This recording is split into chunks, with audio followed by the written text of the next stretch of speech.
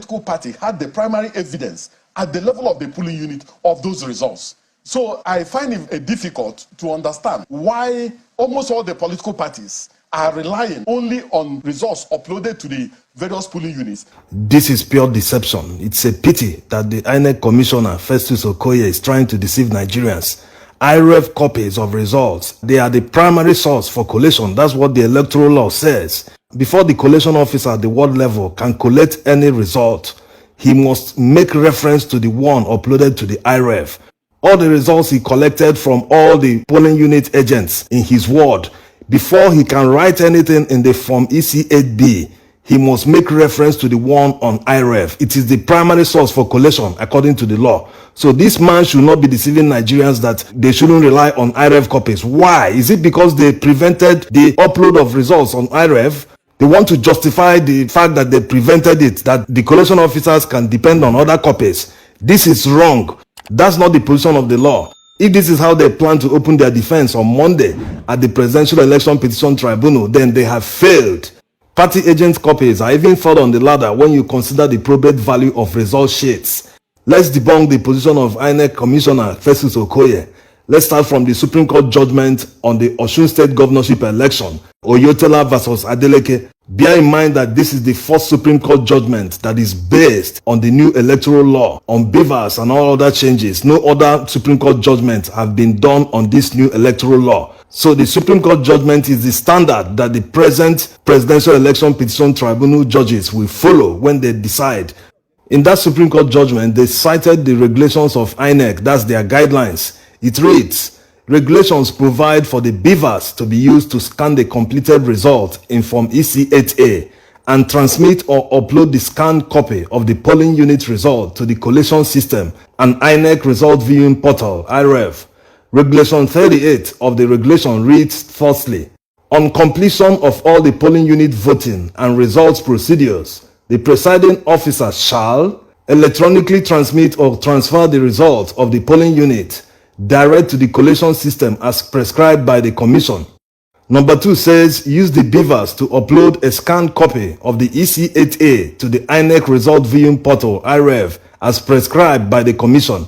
Number 3, take the beavers and the original copy of each of the forms in tamper-evident envelope to the registration area / ward collation officer in the company of security agents. The polling agents may accompany the presiding officer to the registration area / ward collation center. So the Supreme Court upheld the INEC guidelines that it is the procedure for the polling officer to follow. The most important takeaway is that the Supreme Court said that the primary source of results during collation is the one uploaded on IREV. This is the major reason the electoral law was amended. So why are these people avoiding obeying the same law that they are supposed to obey? The only way to protect what the people voted for is to upload it on IREV. So why didn't they upload it on IREV to protect the will of the people? Now he's just giving excuses and saying he doesn't understand why people are relying on IREV copies when they have political party copies. Is that the position of the law? That's not the position of the law. After the election, we are going to transmit the election, collect the election at the collation center. And so we are not transmitting it here at the polling unit today. Why? Now, let's look at the section in INEC's own regulations and guidelines for the conduct of the election.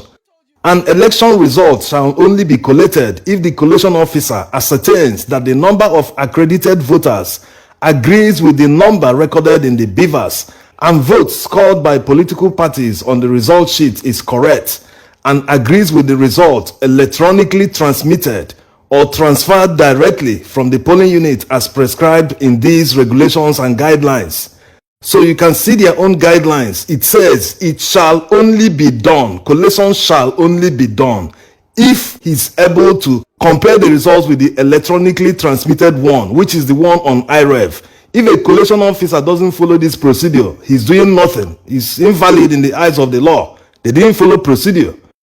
B says, if a collation or returning officer determines that a result from a lower level of collation is not correct, he or she shall use the result electronically transmitted or transferred directly from that lower level to collect and announce the result.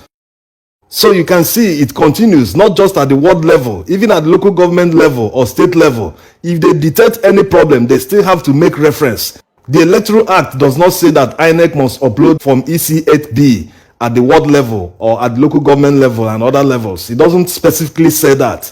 But they can do that if they are interested in transparency.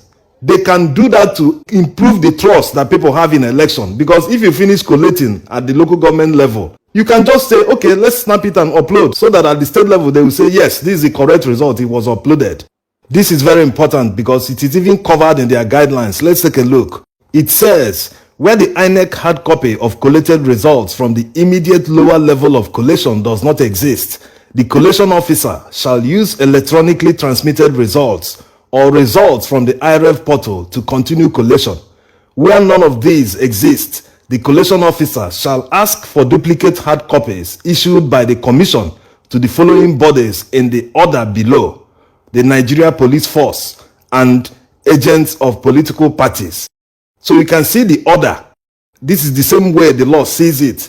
That's the probate value. But the primary one is the INEC CTCs. They are not supposed to be a party when they are conducting an election. They are supposed to be neutral. But they are not neutral because they have not tendered all the CTCs required by the petitioners.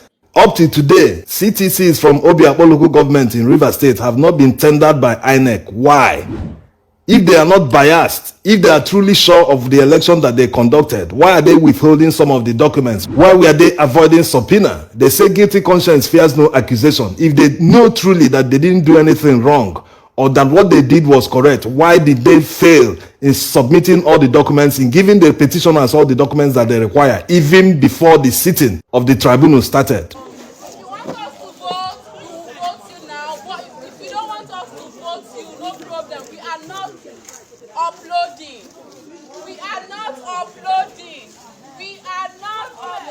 Some people are complaining about the small number of witnesses that Labour Party called at the tribunal. The Labour Party initially said that they will call 50 witnesses but ended up calling far less. How will that affect their case? Well, let's look at Section 137 of the Electoral Act, because all what we have said borders on the fact that INEC did not comply with the electoral law. So this section deals with non-compliance. It says, it shall not be necessary for a party who alleges non-compliance with the provisions of this act for the conduct of elections to call oral evidence if originals or certified true copies manifestly disclose the non-compliance alleged. So as you can see, this section covers that. You do not need to bring thousands of witnesses to prove your case. In fact, there's no time for that. It is not about quantity. What matters is the quality. The problem is that when you look at the electoral law, it puts a lot of burden, the burden of trust on INEC. When you look at many sections, they are expecting that INEC will do the right thing. When you look at the laws and guidelines, it is expected that polling officers must upload forms EC8A after vote counting at the polling unit. This should be done in front of everyone, so issues like wrong uploads should never arise. But we all know what happened. The results were never uploaded at the polling unit.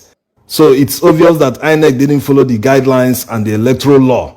In this case, it leads to a question whether the non-compliance of the electoral law by INEC affected the outcome of the presidential election in a huge way. There's a section that covers that in the Electoral Act. Let's take a look. An election shall not be liable to be invalidated by reason of non-compliance with the provisions of this act if it appears to the election tribunal or court that the election was conducted substantially in accordance with the principles of this act, and that the non-compliance did not affect substantially the result of the election. The main word here is substantially. If the tribunal judges think that the non-upload of forms EC8A at the polling units during the presidential election substantially affected the outcome, then they might cancel the election. But their description of substantially might be different. And going by the Supreme Court judgment on Oyotola versus Adeleke governorship election dispute, that the primary source of results during collation is the one uploaded on IREV, the question now is, did the collation officers use the police copies or political party agent copies to cross-check and collect the results during collation? So it all depends on how the judges see it. But cancellation will be a very expensive adventure for Nigeria now, because it will take out billions of naira to conduct a fresh election. They should just focus on the certified true copies and the other documents that the petitioners tendered so as to determine a true winner of the election so that Nigerians can have closure. Thanks for watching.